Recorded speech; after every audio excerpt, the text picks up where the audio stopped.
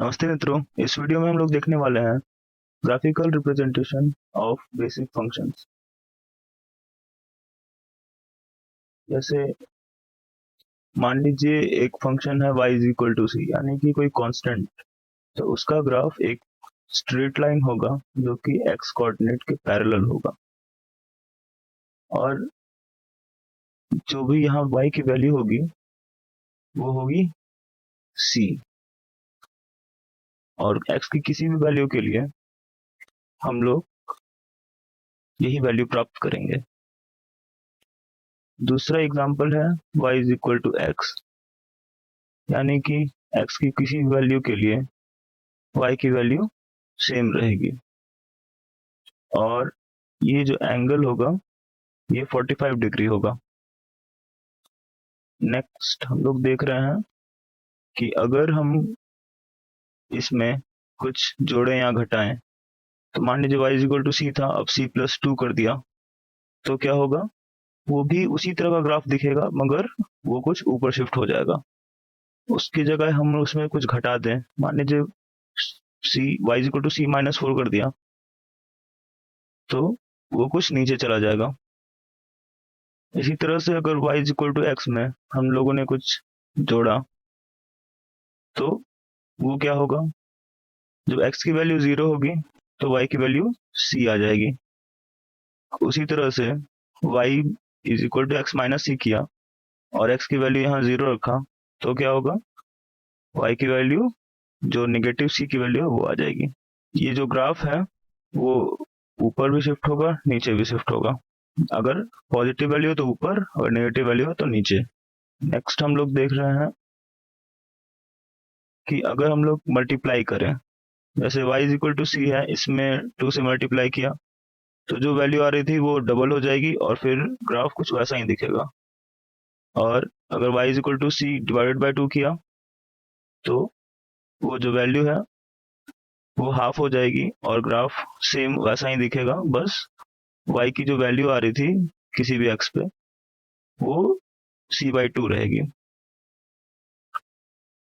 अगर y is equal to x में हम लोग चेंज करते हैं y is equal to 2x, तो जो स्लोप है वो इसका इंक्रीज हो जाएगा, 2 टाइम्स हो जाएगा। और अगर y is equal to 1/2x लेते हैं तो ये जो स्लोप है वो कम हो जाएगा। नेक्स्ट हम लोग देख रहे हैं y is equal to x square, तो ये जो ग्राफ होता है ये पैराबोलिक ग्राफ है। और दूसरा एक देख रहे हैं हम लोग y is equal to e to the power x, यानी कि एक्सपोनेंशियल। e की वैल्यू आप लोग को पता होगा कि ये एक कांस्टेंट है और उसकी पावर x। अब इस कांस्टेंट की जगह अगर 2 to the power x 10 to the power x, तो ग्राफ कुछ वैसा ही दिखेगा। अगर y is equal to x square plus C लेते हैं तो ये जो ग्राफ है वो ऊपर शिफ्ट हो जाएगा, यानी कि x की वैल्यू जब 0 होगी तो y की वैल्यू c के बराबर होगी। और अगर y is equal to x square minus C लेते हैं तो जब x की वैल्यू 0 होगी तो y की वैल्यू माइनस सी, यानी कि ये हो जाएगा यहाँ पे माइनस सी। उसी तरह से अगर e to the power x है और इसमें हम लोग प्लस सी लेते हैं तो ये ऊपर यहाँ सी पे शिफ्ट हो जाएगा, ये वाली वैल्यू। और अगर माइनस सी लेते हैं तो यहाँ से ये नीचे शिफ्ट हो जाएगा, ये हो जाएगा आपका माइनस सी, और ये हो जाएगा आपका सी यहाँ पर। और नेक्स्ट हम लोग देख रहे हैं अगर y माइनस सी का होल स्क्वायर लेते हैं तो क्या होगा, ये जो ग्राफ है y is equal to x square वाला वो शिफ्ट हो जाएगा राइट। और अगर y is equal to x plus C का होल स्क्वायर लेते हैं तो जो ग्राफ है अपना लेफ्ट साइड शिफ्ट हो जाएगा। और उसी तरह से अगर y is equal to e to the power x है तो y is equal to e to the power x plus C अगर लेते हैं, x की जगह x प्लस सी आ जाता है, तो ये जो ग्राफ है वो शिफ्ट हो जाएगा लेफ्ट। और y is equal to x minus C अगर लेते हैं e to the power x minus C, तो ग्राफ राइट साइड शिफ्ट हो जाएगा अलोंग एक्स एक्सिस।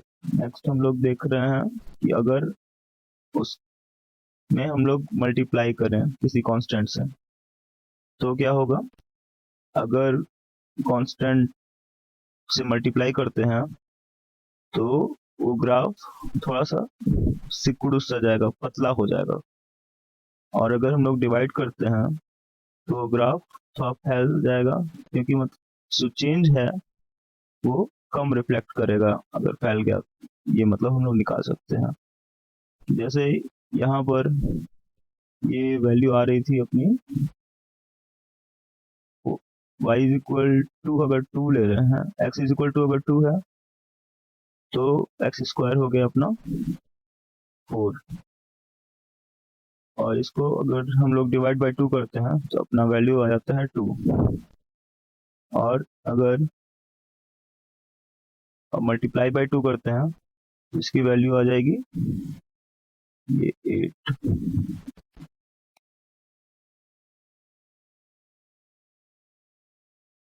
उसी तरह से अगर y is equal to the power x है और इसको किसी कांस्टेंट से मल्टीप्लाई करते हैं, तो जो स्लोप है वो ज्यादा खड़ा हो जाएगा अगर पॉजिटिव है, और यहाँ अगर 0 से छोटी वैल्यू है तो वो और भी ज्यादा नीचे चला जाएगा। मतलब जो चेंज है वो ज्यादा इंटेंशनली दिखाई देगा हम लोगों को। अगर हम लोग y is equal to e to the power x वाई सी करते हैं तो वो स्लोप कम हो जाएगा ग्राफ का। इसी तरह से अगर हम लोग आगे देखें अगला ग्राफ, मॉड ऑफ एक्स का ग्राफ क्या होता है, ये जो y is equal to x की वैल्यू है और जो निगेटिव वैल्यू को भी हम लोग पॉजिटिव कर देते हैं, तो ये हो जाता है अपना मॉड। और ये जो एंगल बनेगा ये आपका बनेगा 90 डिग्री का।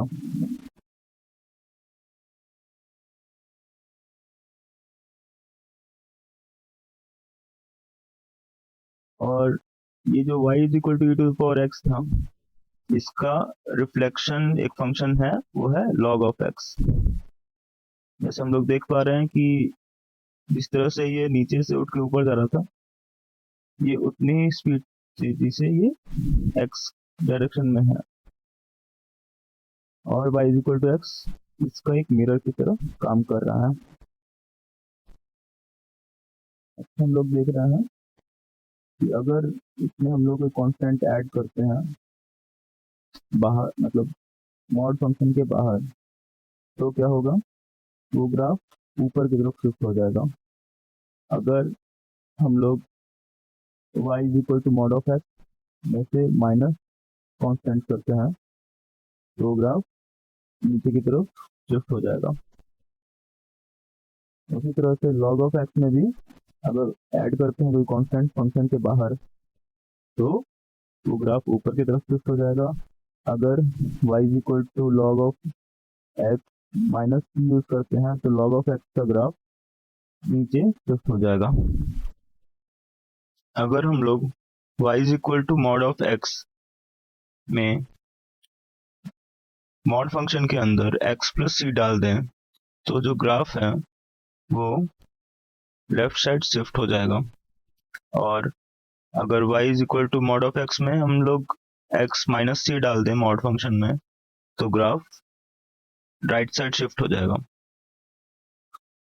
और उसी तरह y is equal to log x to the base e में अगर हम लोग x की जगह x प्लस सी डाल देते हैं, जो ग्राफ है अपना वो लेफ्ट साइड शिफ्ट हो जाएगा।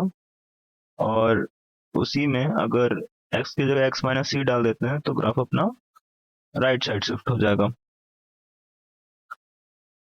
अगर हम लोग इसी फंक्शन को अगर मल्टीप्लाई करते हैं, मॉड ऑफ x की जगह मॉड ऑफ 2x लेते हैं, तो अपना ग्राफ का जो स्लोप है वो इंक्रीज कर जाएगा, मगर शेप उसी तरह का रहेगा। और डिवाइड बाय 2 करते हैं तो फिर भी स्लोप शेप वही रहेगा मगर जो स्लोप है वो हाफ हो जाएगा। एक्सपोनेंशियल फंक्शन में भी अगर log ऑफ x लेते हैं अपना और उसमें 2 log ऑफ x लेते हैं तो जो वैल्यू आ रही है वो डबल होते जाएगी, यानी और जो स्लोप है वो भी इंक्रीज हो जाएगा, यानी कि डबल हो जाएगा। और y is equal to log of x divided by 2 लेते हैं तो जो अपना स्लोप है वो डिक्रीज हो जाएगा और जो वैल्यू है वो हाफ हो जाएगी। सो फ्रेंड्स, इस वीडियो में इतना ही। अगले वीडियो में हम लोग मिलते हैं। Thank you.